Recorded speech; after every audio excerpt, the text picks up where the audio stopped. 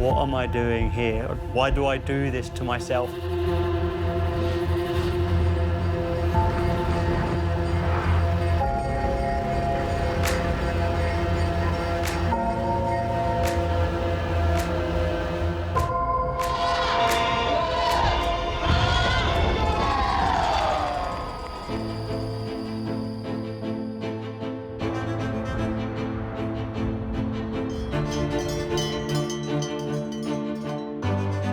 This race just constantly keeps hitting you, completely physically destroyed, but mentally more alive than you've ever felt in your life. This race is so hard. Le Mont-Blanc, c'est le toit de l'Europe. C'est aussi le symbole de cette course, l'Ultra Trail du Mont-Blanc. Il va nous dominer. It's special for sure. It's a very big race.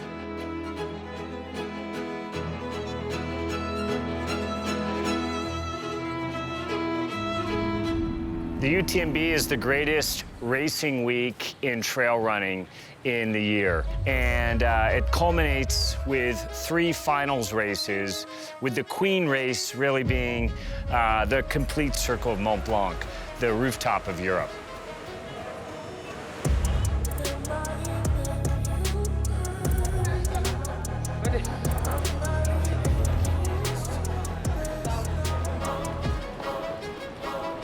Very busy.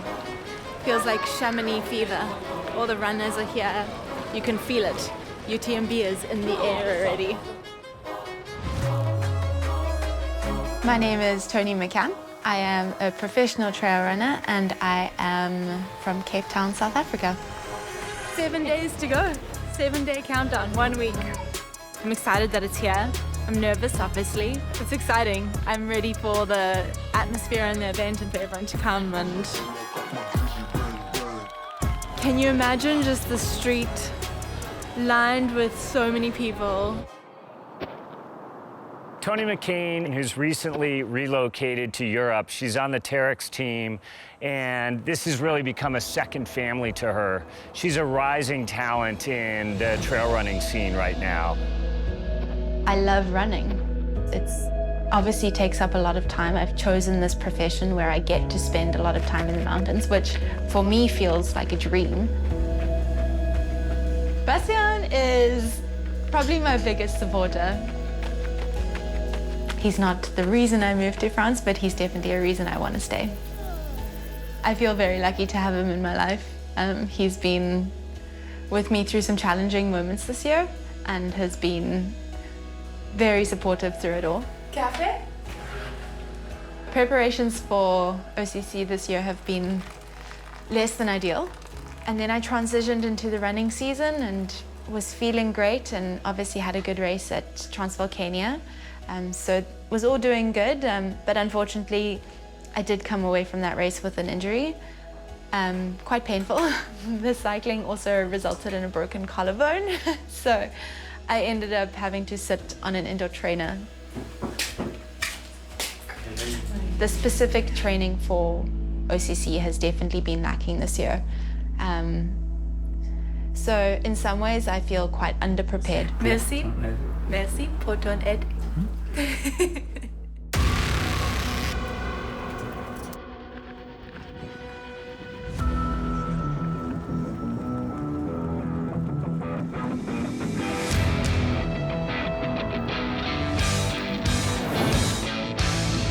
I'm Allie Mclaughlin, and I'm from Colorado in the US, and I'm a trail runner for Hoka.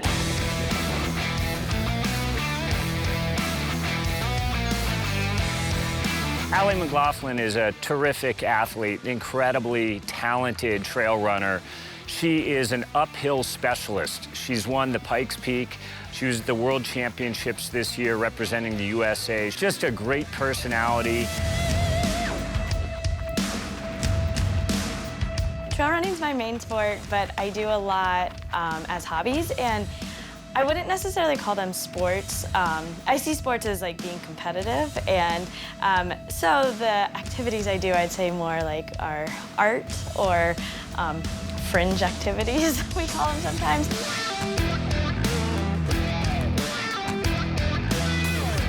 The the danger of it just is really attractive, of like learning how to be super responsible for yourself and attentive to detail.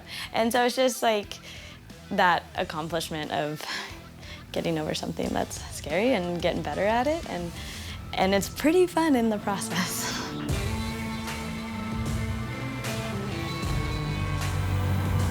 It's not my typical preparation, no. However, I mean, I've skydived for years and I thought it's always fun. Yeah, I just want to do it all, and especially Europe is such a great place for the air sports, and so I'm like, oh, I'm going to Europe, I'm taking all my toys. And,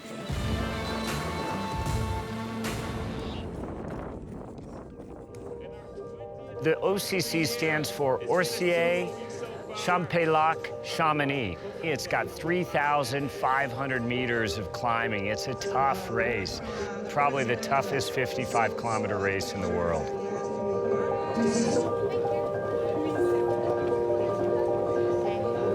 I am extremely nervous.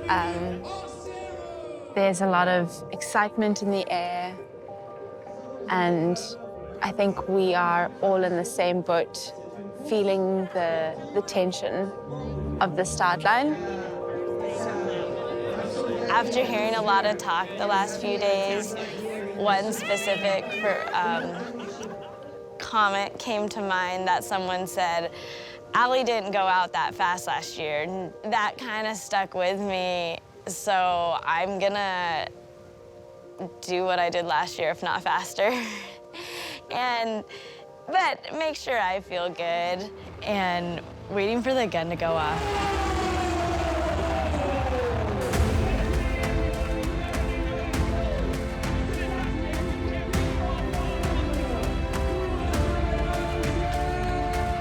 The start line at OCC is always wild. It is so fast, and the road is so narrow, so everyone is trying to hustle and push for position, and you don't want to get caught in the back because it's really hard to claw your way back if you get caught behind people.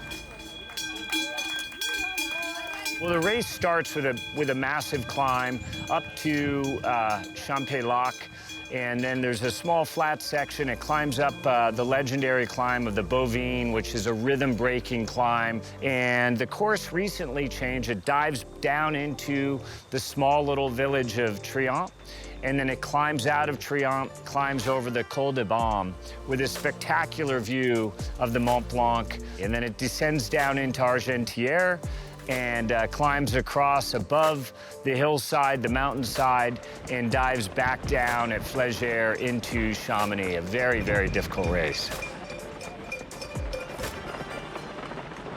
I can see Allie ahead of me, and I can see her charging. But there's a group of us, and we're all kind of running together and sticking at the same pace.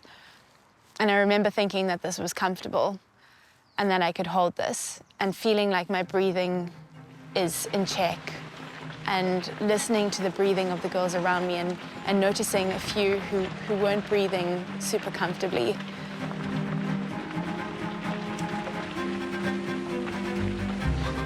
I get nervous sometimes when I'm following, so off the start I kind of like to be in the lead, so I'm gonna take a few steps here.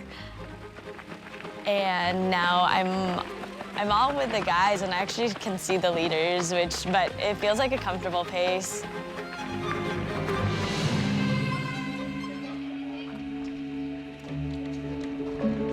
We are in Murin. This is my third time here, but first time as a base jumper. The reason I heard about it 6 or 7 years ago was it's a big base jumping spot. And a lot of friends come here from the US to base jump, so I hear about it all the time, and so to finally be back this year as a base jumper finally is really special. It's a base jump off a paraglider, so James is gonna take me up tandem.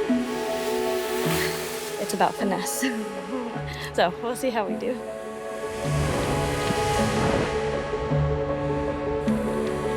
And when I'm base jumping, it's like the Matrix.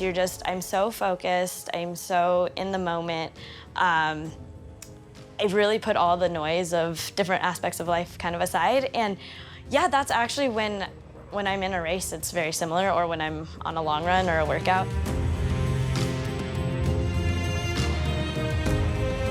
I do think it helps with nerves at the start of the race. You know, over like a base jump is a lot scarier in my mind. It takes a toll, and you know, there's stuff called adrenal fatigue, and like, I mean, I'm not quite there, but I think there's been times it's like, oh wow, I have been jumping a lot. I think like, I'm gonna definitely have to learn how to balance it all.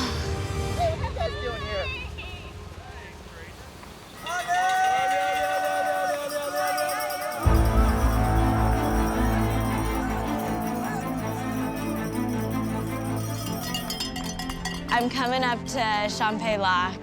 I'm already like feeling a little burn, and I just noticed that Jennifer and Toni are right here with me. I remember thinking it was maybe a good time to catch her and try and hang on. They actually just passed, and oh gosh.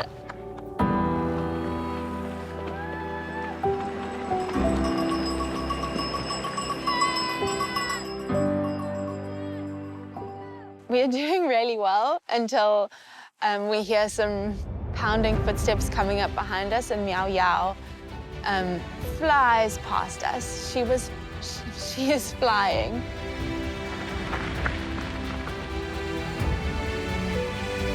I see our team manager, Robert, and he comes up to me and he starts running beside me, and he tells me, be confident. That's not a gap yet. That's not even a gap. Come on. Super good, Toni. Come on. I think the Terex management have done something magical with the Terex team. We get along so well, and they've definitely become an extended family for me. You know, within the team, we've got such a range of experience, and I definitely think I was one of the least experienced in the team, which is why having someone like Peter, you know, all of these athletes have such amazing experience and have so many more years in their sport than I do. So to get to spend a good amount of time with them, you learn so much. It's been so cool to follow her journey and like seeing her progressive in the mountain terrain. Of course, I've raced OCC before, so I can give her some tips, of course. I think when you're training, there's only so far you can go on your own. And when you have the team support and their knowledge and their experience that you can draw on and help push you, it's, you know, the possibilities are endless.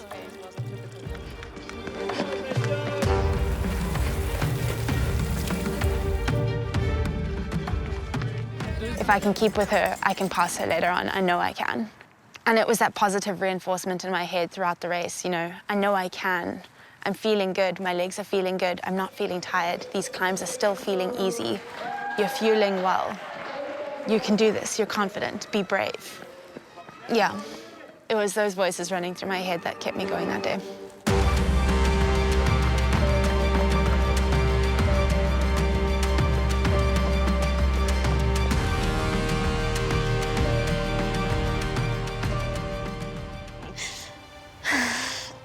We're a mile into the downhill from Coeur d'Alene, and I've been passed, I think, maybe 4 times, and this kind of sucks.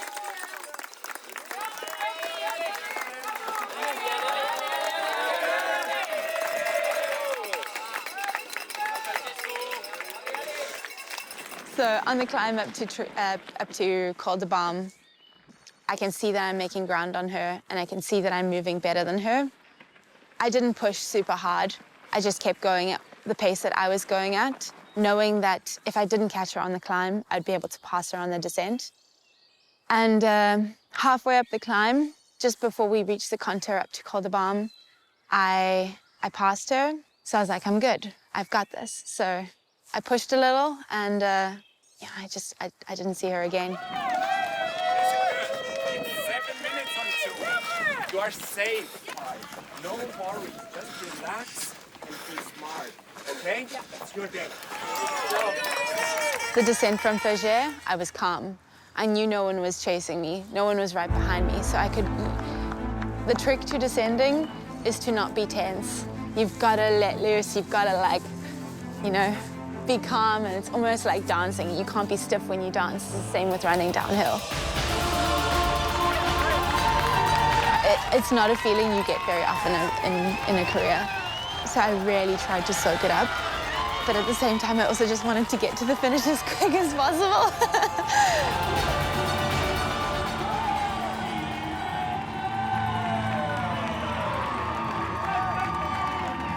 It's a surreal experience. I don't think I'm ever going to have anything come close to that unless I win here again.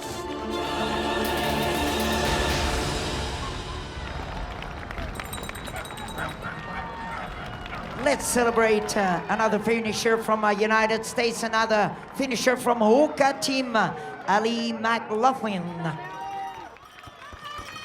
I have a lot of friends like cheering, and I want to smile for them, but I'm like also heartbroken. So I don't have regrets particularly, but I question, am I trying to do too much? Between just like traveling, partying, base jumping, paragliding, but bottom line, I'm not changing a thing.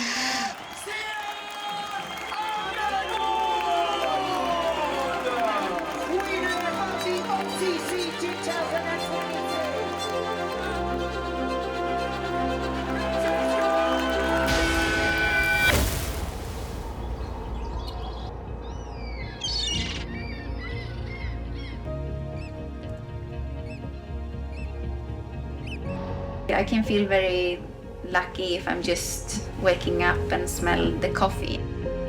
It doesn't need to be like grandiose to be something that matters. Emelie Forsberg's one of the greatest trail running athletes of all time. She's truly a legend of the sport. She's a leader of the sport.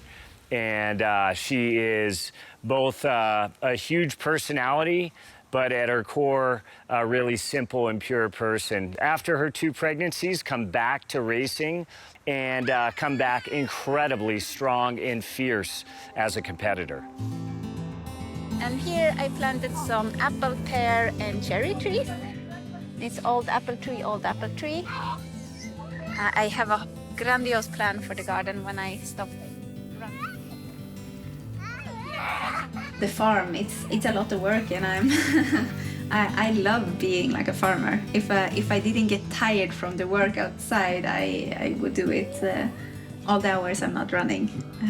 But it's hard work, that too. So to live a life where it feels like first I'm in respect with nature and also like close to nature, and to be able to give something to the world, which can be small or big or something in between. I think it's like the anchor that the family can bring you that can help, but I'm not sure that like everything, like it's still like I want to be very present with them, and I want to have energy with them, and sometimes I prioritize that instead of very hard training, because I know that if I do this, I will not be able to do this with the girls. So it's a priority, but for me it feels like it's really worth it, and I'm very grateful to be a mother, and the family means a lot to me. I think she's in the best shape that she has ever been. Like when you see the times that she's putting on training, it's it's the best that she's been. Then like she's a long race, and long race is like everything can happen. It's hard to know that, but I think the preparation is there. So then it's more on the execution and having a good day.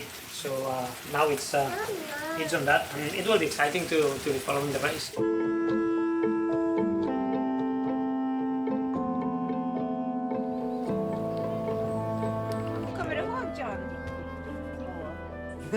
My name is Jonathan Albon. I'm from the UK, but I live here in Norway, and I'm a trail runner. Where is it now? But it's hard to that downhill because it's so runnable. Yeah, it is runnable there, and then when you do this contouring. Emelie is, I guess, a friend. She's married to Killian. They both live just 20 minutes away. So we've done a lot of training together. We've been on some trips together. I can learn from Emelie, and I'm guessing there's some stuff Emelie can learn from me. I raced CCC last year. She has raced previously, but I think she stopped a little bit early. So, I don't know, we're going to make a little bit of a team, and then we'll be both heading down to Chamonix to see if we can both do the best race possible. Have you done Mathieu Blanchard? No, I heard it's really runnable. It's really nice. Yeah. I love it. It's just the last part where you can, or it's a bit steeper, yeah. Yeah. Is it important to share experience? Yeah, it's always fun to talk with with other runners, their experience, and yeah. Especially when you do the same course, because everyone has a different experience, but you run the exact same trail. Yeah. Good luck, and see you on the start. Yeah, good luck.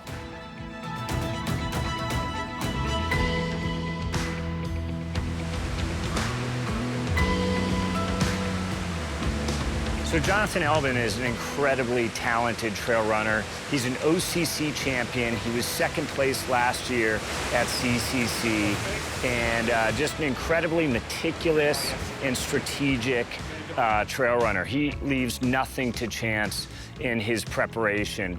And so we would expect him to have a terrific race this year at the CCC. A simple person. I just like to be out in nature, moving, running. That's where I'm happiest. I'm a little bit shy. I still just like to be myself, just out there.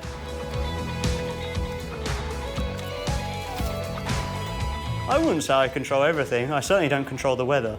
A lot of my training isn't very specific, but I really have to try and make some workouts extremely specific. For CCC, it's probably the longest race I'll do this year, so I have to do some longer activities. And that's really important, not just to build yourself up physically, but also to test things like nutrition strategies, because nutrition is such a massive part of ultra running. So actually that's probably the thing that I'm weakest with. So just being able to go out long enough so you can sort of like really get into that state where your stomach isn't very happy anymore, and see what foods work and see how you can overcome that discomfort is really important. So this is how many hours I've used the machine since I got it. And then this is the altitude. Take it down. It's really hard to train for the exact climate that I'm going to be racing in a few weeks' time. Also the altitude. I live at sea level. We're going to be racing up to maybe 2,000 meters or so. So that's something that it's really hard to train for. That's why I have the altitude tent, to try and have a little bit of adaptation so I can sleep in that. I think I can win. I think I should be able to win. And I think I've always tried to tell myself, why shouldn't I be able to win? Because if you think you can win, then normally it's a lot easier to win.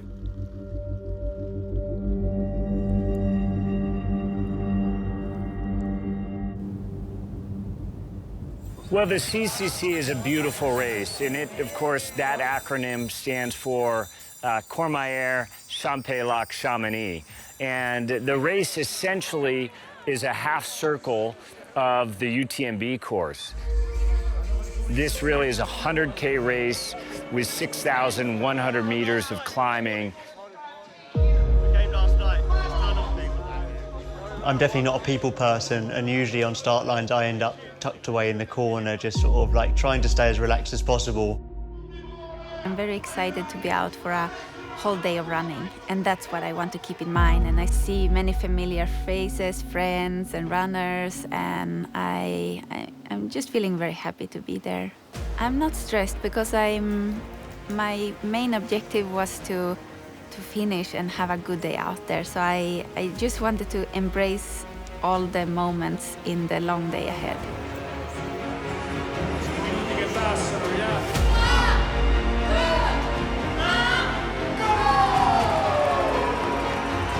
It's really surreal when then they say go and then you start running, and all of a sudden you have to concentrate on how many people are around you, where you are, whether there's people in the way filming or the crowd, and it's from the very first second really intense.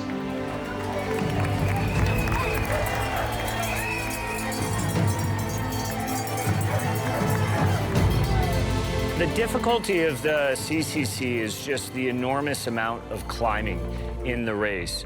One is the Grand Col Ferret, but it's a big climb. It's the high point of the race.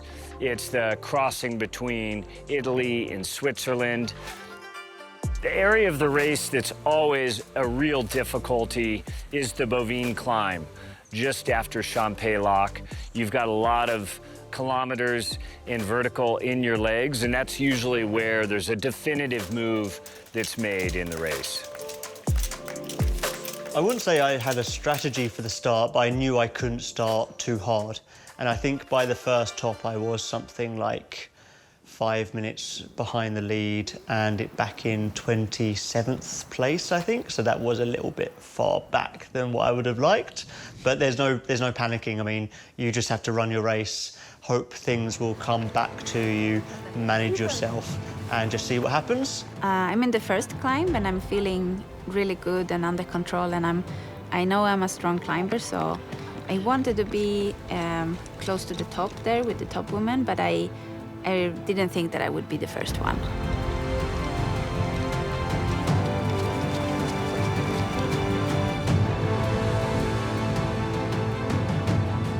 Then I had planned for the flat sections to take it a bit easier as it's not my strength. Jiang Sheng is coming and we're running together. It's very nice.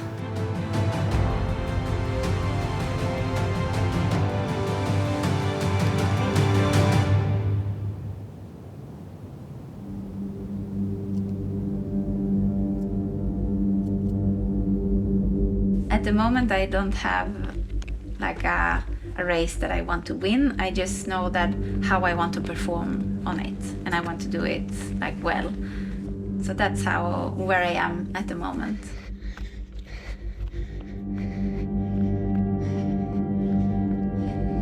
CCC, it will be special because I don't feel like an ultra runner, and 100 kilometers feels horrible long.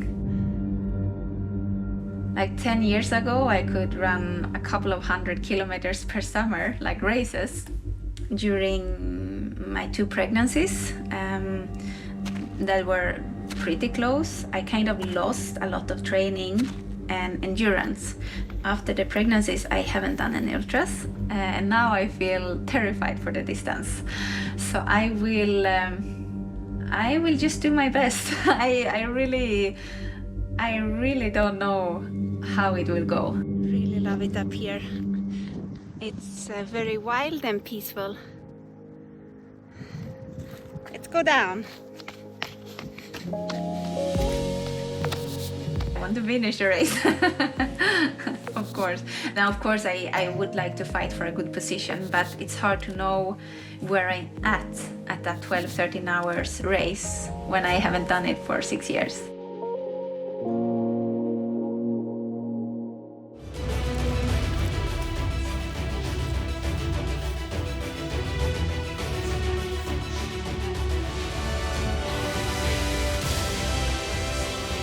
I was always gradually catching people throughout the entire race, so that's a real morale booster, and it made me realise that there is still a possibility. But later on in the race, when I got told that I was 9 to 10 minutes behind the lead, I have to say I did kind of think that's a big ask to try and close that gap and then manage to push forwards and win. So to be honest, at halfway, I didn't think it was really going to be possible, but there's no way I was going to give up. So I was always going to push on and give it my all.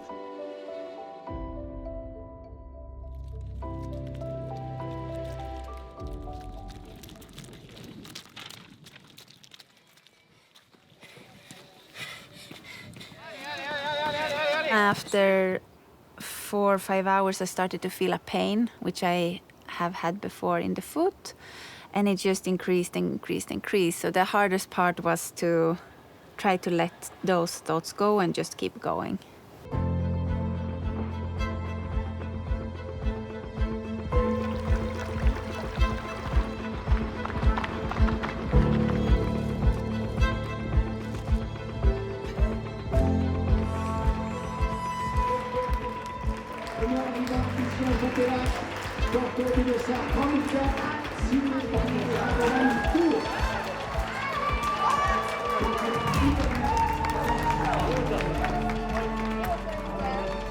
When I came into the aid station, it was down to business. I knew what I wanted to get it quick and I wanted to get out of there. And that's exactly how me and Henrietta ran the aid station. I came in, I got out what I wanted and I left. So I think it was like between 15 and 30 seconds at the aid station. Is that water? Which is water? See you later. He seemed like he was on a mission, to be honest. He wanted to get quickly in and out. He didn't seem like he wanted to sit down, although I told him to sit down. So he was just like, ding, ding. So, yeah, he's on a mission.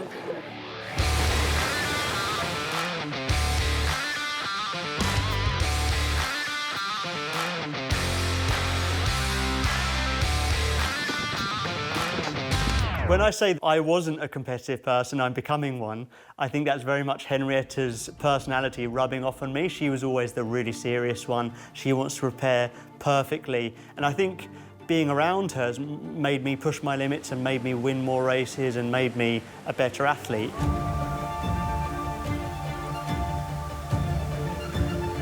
The main reason I did come to Norway was because of Henrietta. She was the love of my life. I mean, as soon as we met, it's kind of things just clicked and we've been together a long time now. And when she said, I want to move back home to Norway, do you want to come? I immediately said yes, because obviously I was going to follow her wherever she went in the world. Not a lot of trail runners seem to know about the boiling trick. It's like an old school Norwegian. Henrietta is very much my coach in lots of different ways.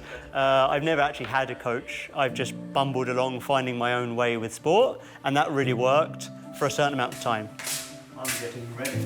It was from that point that I had to start making my own philosophies for training and coaching myself, and having Henrietta as a sounding board to give me tips or to have a look from the outside was invaluable, and she is a big part as to why I have been successful as an athlete. So I think if there was ever two people that were meant for each other, it was me and Henrietta, and it's not been dull one day since we met, and I wouldn't have changed anything.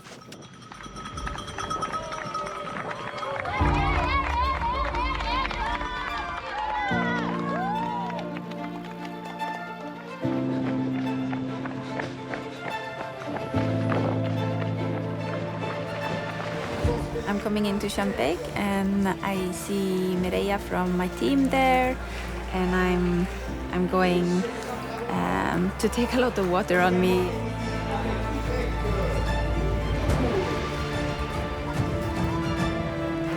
And going out. It's a pretty fast aid station.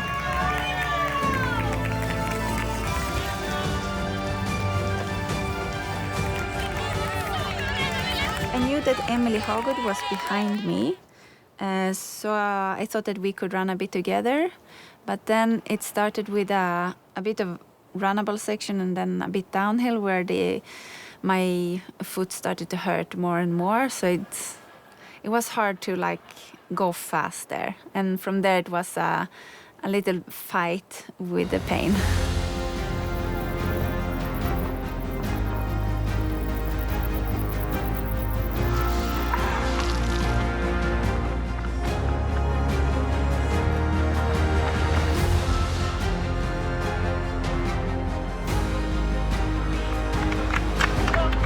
Just about see the leader.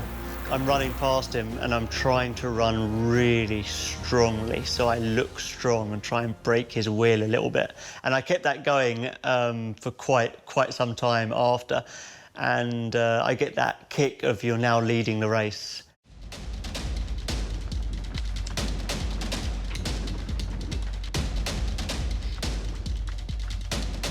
So I've come into the Valocine aid station.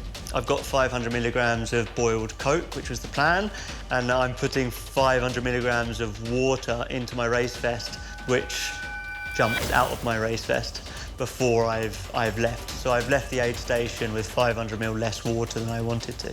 Yeah, it's really high risk. I knew there was a river that I could fill up in, so I'm running along up the climb. I'm coming towards the river, I'm thinking, okay, thank God, I can finally fill up and get some get some water. The river is bone dry. Quick, jump. And now it's really red alert. This could end drastically.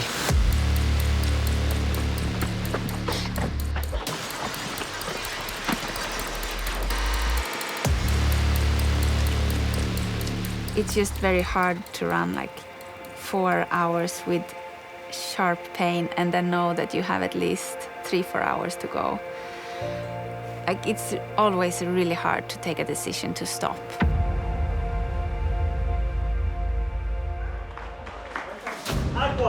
Aqua.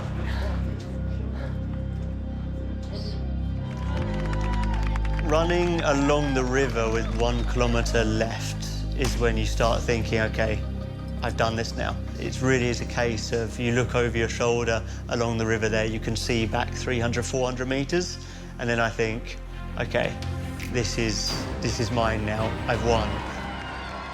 But then the crowd is there and they really sort of expect something of you, and it is really fun to then go and say thank you to them. And the win isn't just for me, it's for her as well. So it was cool that she was at the finish line. It was fun that I saw her along the course. It's actually the first time that she's crewed me properly in a race like that because she wasn't racing herself. So to share that with her is quite special.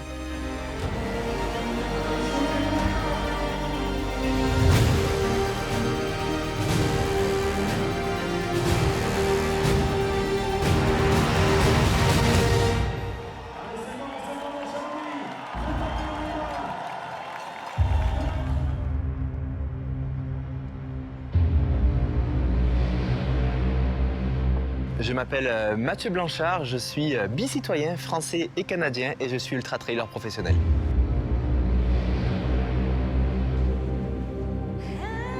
Mathieu Blanchard is a real incredible emerging ultra runner. He's really only been ultra and trail running and racing for the past 5 years. And he's a really solid athlete. Like, if you look at him, he's not a really thin athlete. He's got strong, muscular. He's a fast runner at the marathon distance, but he also is an incredibly talented and tenacious runner for that 100-mile-plus distance. He was 3rd in the UTMB in 2021. He was 2nd last year in the UTMB, just 15 minutes behind Kilian Jornet. This could be his year at UTMB. Ça demande une préparation spéciale. C'est sûr qu'il faut absorber une telle distance. On parle de 20 heures de temps pour les premiers, une quarantaine d'heures pour les derniers. Donc c'est sûr qu'être en mouvement aussi longtemps, c'est difficile. Encore 2. Donc pour moi, le secret, c'est de vraiment construire un corps qui est capable de descendre longtemps sur ces chemins, qui fait qu'on a tendance à aller un petit peu plus vite que ce que notre corps serait capable de tenir. Et c'est ça qui est sournois à l'UTMB, c'est qu'il y a beaucoup de descentes longues, raides, avec peu d'obstacles. Donc il faut trouver cet équilibre où on appuie un petit peu sur l'accélérateur, mais sur le frein en même temps. Voilà, il faut jouer sur les deux. Et bien souvent, les athlètes professionnels comme les athlètes récréatifs vont appuyer un petit peu trop sur l'accélérateur et on va avoir quelques soucis passer la mi-course. Bon, mais on rentre au chalet, on va aller un petit peu se reposer maintenant.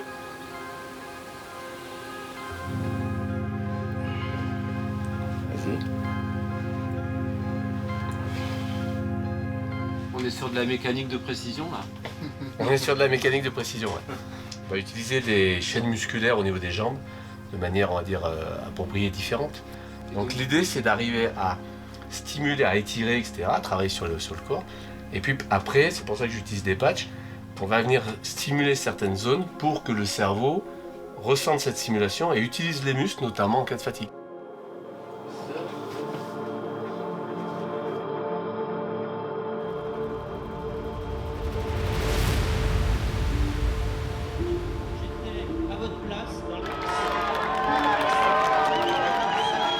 Ligne de départ, on passe la barrière.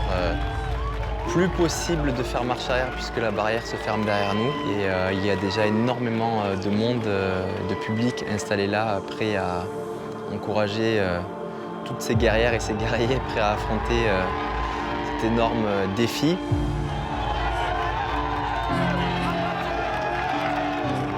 I feel so excited that the race is finally starting and that I'm with my teammates and we're walking towards the start line. We didn't forget our gear, our shoes are tied, and we are all ready to go.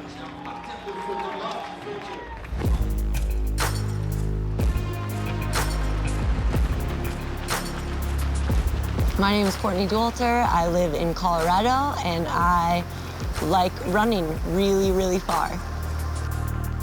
Well, Courtney Dauwalter is an incredible athlete. She's really a generational athlete. She's a legend of the sport already, and she's still in the prime of her racing career, and she's obviously the greatest of all time.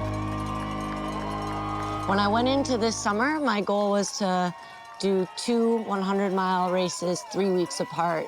The Western States 100 and then the Hard Rock 100, and I would have been very happy to finish both of those and call it a season. But the opportunity was there to add one more to the summer, and we decided we had to try and see what was possible. Yeah, we will see what one more 100-mile race feels like, and my biggest goal is to finish it.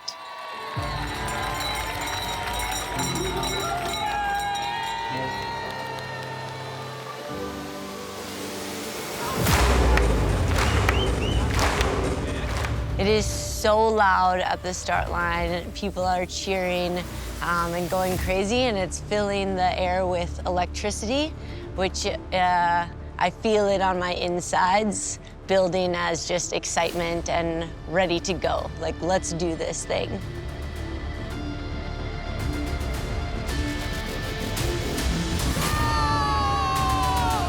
J'aime bien faire mes 3-4 premiers pas un peu dynamiques pour me libérer aussi de la troupe qui est derrière nous, parce qu'il faut savoir qu'il y a environ 3000 coureurs et coureuses derrière nous.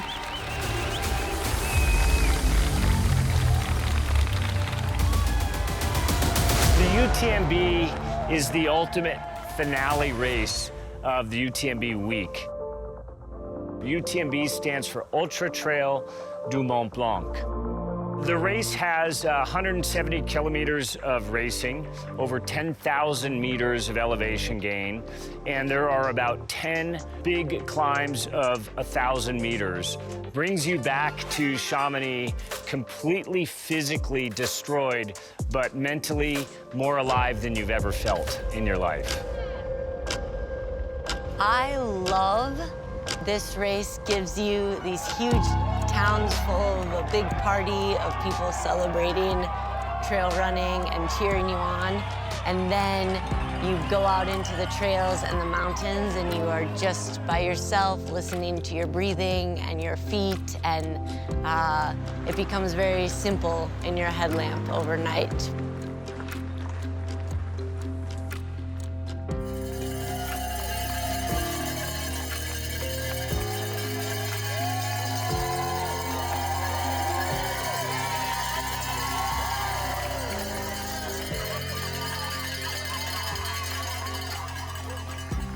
Aujourd'hui, je trouve ça dommage de perdre trop de temps ou de ne pas maximiser, en tout cas de ne pas optimiser les ravitaillements, parce que c'est hyper difficile de faire une attaque dans une montée, de gratter 2 minutes à notre concurrent, et c'est hyper facile de les perdre ces 2 minutes dans le ravitaillement si c'est mal fait.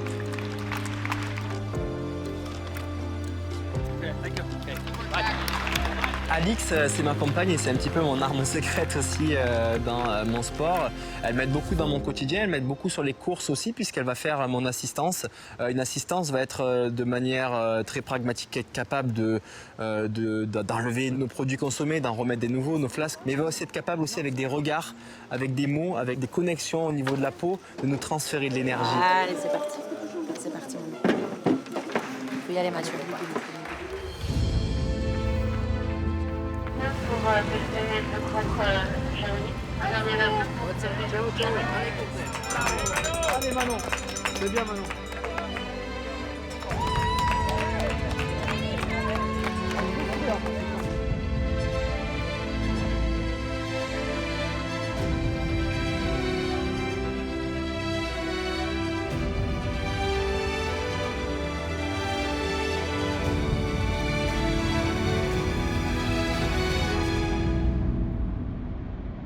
As I'm climbing Grand Col Ferret, my legs are feeling really tired already, which makes me a little nervous because there's still a long race to go.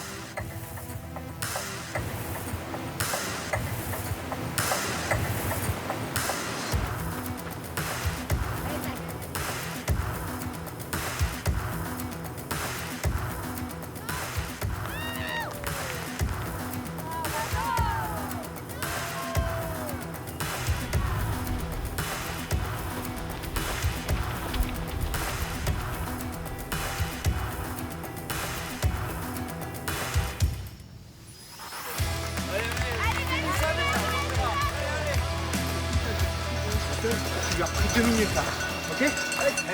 Allez, Matt, il y a le podium là, hein? Allez, vas-y, accélère. C'est le moment de la course aussi, au niveau de lucidité est très bas. C'est-à-dire que notre cerveau est plus trop alimenté en oxygène depuis quelques temps aux dépens de nos jambes. Et donc, c'est sûr que notre niveau de réflexion, de choix va être très limité. Allez, c'est parti, ça. Mets-les devant, mets-les devant. Deux ailes devant. Je te rince un peu le visage, prends tes vestiaires. Je le sens mieux. Je le sens mieux. Il dit que c'est dur, mais c'est un ultra. Hein.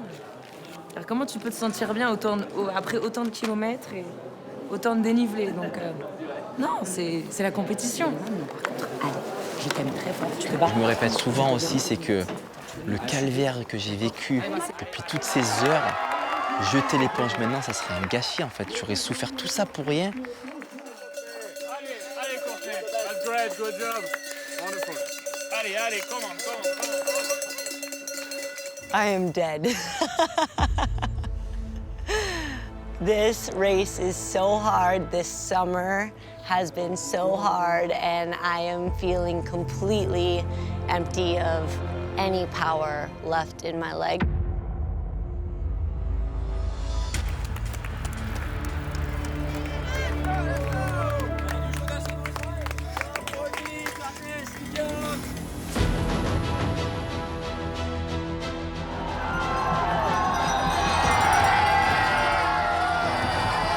When I arrive into Forclaz, it is the biggest and craziest crowd I've ever seen at a running event. This is insane. I can't believe all of these people are out here cheering. I'm so thankful for all of those people giving up their day to be out supporting all of the runners, but the signs and everything that was for me specifically it filled my heart and it's giving me a boost to keep going.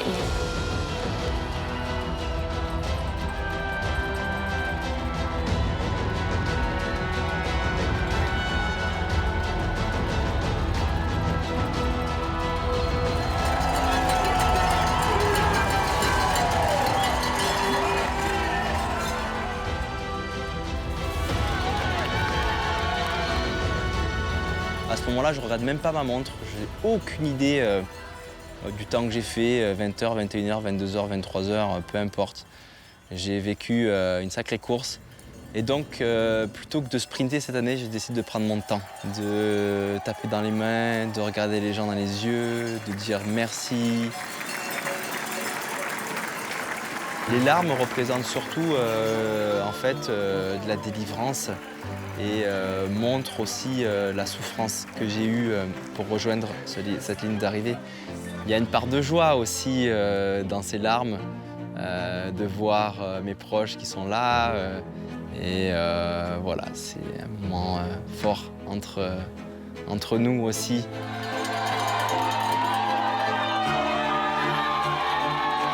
I have never given so many high fives in my life.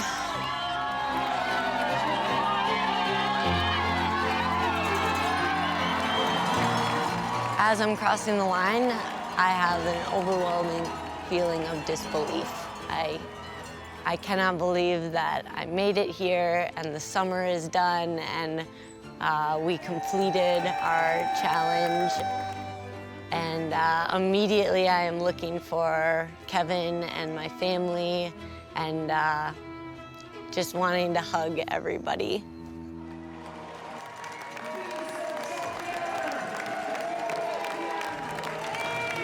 What's next for you? Next for me is to fully relax and recharge and start scheming on what a new idea could be for 2024. I am always looking for a new challenge. Yesterday I told the team that, okay, I'm retiring now. Today I feel much better than yesterday. Maybe to step up to the full course would be the next challenge. Si j'ai réussi à rejoindre la ligne d'arrivée, je l'ai fait grâce à toutes ces personnes. Est-ce qu'on s'y habitue? Non, jamais.